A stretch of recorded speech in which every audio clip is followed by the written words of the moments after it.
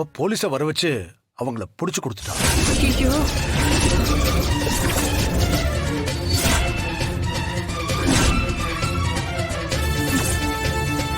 ஐயோ, என்னப்பா இது?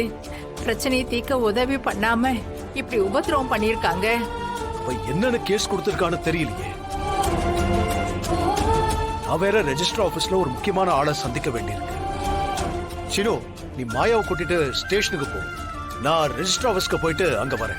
சரிங்க பெரியப்பா. சரிங்க மாமா, வா போலாம். மா, நான் ரெஜிஸ்டர் ஆபீஸ்க்கு போயிட்டு ஸ்டேஷனுக்கு போயிட்டு வரேன். சரிப்பா.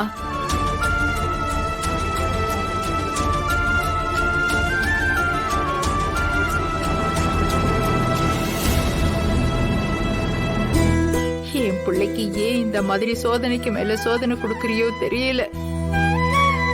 அவன் கொடுத்த வாக்க காப்பாத்துறதுக்கு நீதான்ப்பா துணையா இருக்கணும்.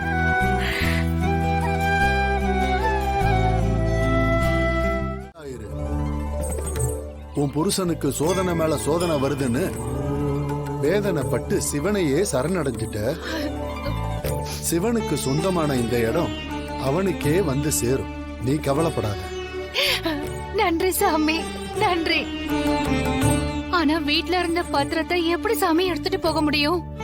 அவரோட கைரகைய யாரு சாமி திருடி எடுத்துட்டு போய் கொடுத்திருப்பாங்க?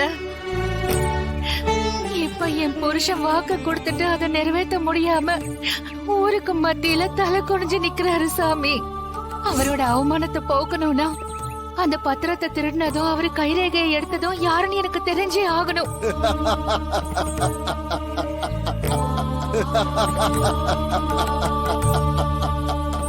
இதோ இருக்கானே இந்த சிவனுக்கு இடப்பக்கம் இருக்கிறவ யாரு? அவளோட பேரை கொண்டவ தான் இதெல்லாம் செஞ்சிருக்கா. என்ன சாமி சொல்றீங்க? ஆமா, அவதான். ஆனா கவலைப்படாத, அந்த பத்திரம் திரும்ப வந்து சேரும். அத உன் புருஷன் சிவனுக்கே எழுதி கொடுப்பான். நிம்மதியா நீ வீட்டுக்கு போய் சேரு.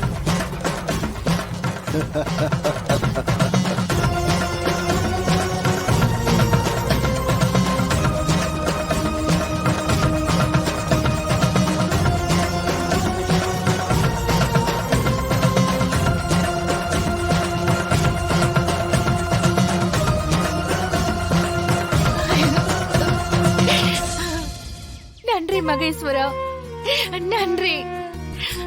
என்னோட வேண்டுதலை ஏத்துக்கிட்டு குறிப்பால ஆளு யாருன்னு அந்த சித்தர் சாமி சொல்லிட்டு போயிருக்காரு. இந்த இடம் உனக்கே வந்து சேரும்னு அருள் வாக்கு கொடுத்துட்ட. இது போதும் சாமி, போதும். நான் இந்த நம்பிக்கையோட போறேன். இந்த இடம் உனக்கே சொந்தமாகணும். இங்க உனக்கு ஒரு ஆலயம் எழுப்பணும்.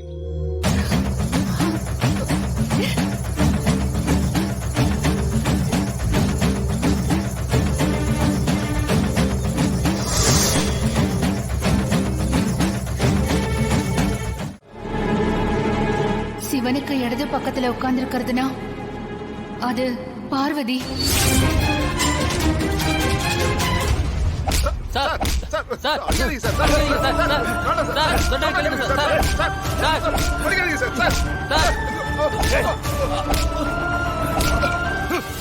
எதுக்காக சார் இப்படி தேவையில்லாம அடிக்கிறீங்க? இத பாருங்க, எங்க மேல கேஸ் போடுங்க. அதை விட்டுட்டு இப்படி போட்டு அடிச்சா என்ன சார் அர்த்தம்? உங்களை கையும் களவுமா பிடிச்சிருக்கேன், உண்மையை ஒத்துக்கங்க. சார் சார், இதெல்லாம் அநியாயம். நாங்க வசுந்தரா ஆபீஸ்ல போய் கலாட்டா மட்டும் தானே பண்ணோம். நீங்க அதுக்கான கேஸ் ஏதோ அதை மட்டும் போடுங்க. ஒழுங்கா உண்மையை ஒத்துக்கங்க, இல்லனா ஒத்துக்கிற வரைக்கும் அடி வாங்குவீங்க. சார் வேணாம் சார், நீங்க ரொம்ப பெரிய தப்பு பண்றீங்க. இதுக்கான பதில் சொல்லி ஆகணும். தப்பு பண்ணது நீங்க தான், ஆதாரத்தோட தான் பிடிச்சிருக்கேன். ஒழுங்கா உண்மையை ஒத்துக்கங்க. அடிக்காதீங்க சார். உண்மையை சொல்ல போறீங்க சார், சொன்னா கேளுங்க சார். அம்மா இருங்கம்மா. யார் நீங்க? என்ன வேணும்? நான் எங்க மாமாவையும் சித்தப்பாவையும் பார்க்கணும். அவங்க பேரு மணி சிவா. அவங்க லாக்அப்ல இருக்காங்க, கொஞ்ச நேரம் வெயிட் பண்ணுங்க. லாக்அப்லயா? சார் வேணாம் சார்.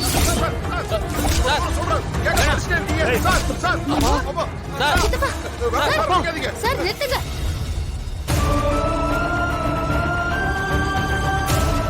யாருமா நீங்க?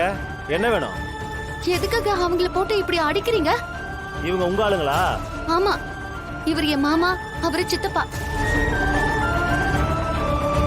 அப்பா ஓனும் ஒவ்வொரு இவங்கள பத்திலாம் கவலைப்படாம நிலத்து விஷயத்த பார்க்க போயிட்டாரு. அவருக்காக இவங்க சண்டை போட்டுட்டு இப்ப போதைப் பொருள் கேஸ்ல உள்ள போய் கிடக்குறாங்க. ஆனா இவங்களுக்கு எல்லாம் எவ்வளவு பட்டாலும் புத்தியே வர மாட்டேங்குது. சித்தி, தயவு செஞ்சு பெரியப்பாவை குத்தம் சொல்றத நிறுத்துங்க. பெரியப்பா சொல்லிதான் நாங்க வந்திருக்கோம். அக்கறை இல்லாம தான் அவரு எங்களை அனுப்புனாரா? இது முழுக்க முழுக்க வசுந்தராவோட சூழ்ச்சி தான்.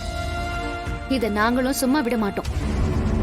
எப்பாடு பட்டாவது மாமாவையும் சித்தப்பாவையும் வெளியில கொண்டு வந்துருவோம். எப்படி கொண்டு வருவீங்க? இது என்ன சாதாரண அடிதடி கேஸா? போதைப் பொருள் கேஸ்ல உள்ள போட்டிருக்காங்க. அம்மா, அவங்க பொய் கேஸ் தான் போட்டிருக்காங்க. எதுக்கு பயப்படுறீங்க? அதெல்லாம் வெளியில கொண்டு வந்துடலாம். அண்ணி, இவங்க கிட்ட எல்லாம் பேசி பிரயோஜனமே இல்ல. ஏதாவது ஒண்ணுத்த பண்ணி அவங்கள வெளியே கொண்டு வரணும். இது எல்லாத்தையும் வேடிக்கை பார்த்துட்டு சும்மா இருக்க மாட்டேன்னா. நீங்க வாங்க போலாம்.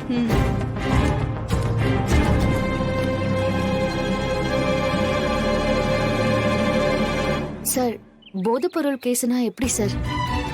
அதுவும் கையும் களவுமா புடிச்சோன்னு வேற சொல்றாங்க. இந்த கேஸ உடைச்சு எப்படி அவங்கள வெளியில கொண்டு வர முடியும்? முதல்ல அவங்கள கோர்ட்ல ப்ரொடியூஸ் பண்ணட்டும். யாரு போதைப் பொருள் கடத்துவாங்க மாட்டாங்கன்னு ஜட்ஜுக்கு தெரியாதா என்ன? பொய் கேஸ் போட்டதுக்காக இந்த இன்ஸ்பெக்டர் தான் மாட்டிக்க போறாரு. பூர்வீக நிலத்தோட பத்திரத்தை எடுத்துட்டு போய் நீதான் அந்த வசுந்தரா கிட்ட கொடுத்த.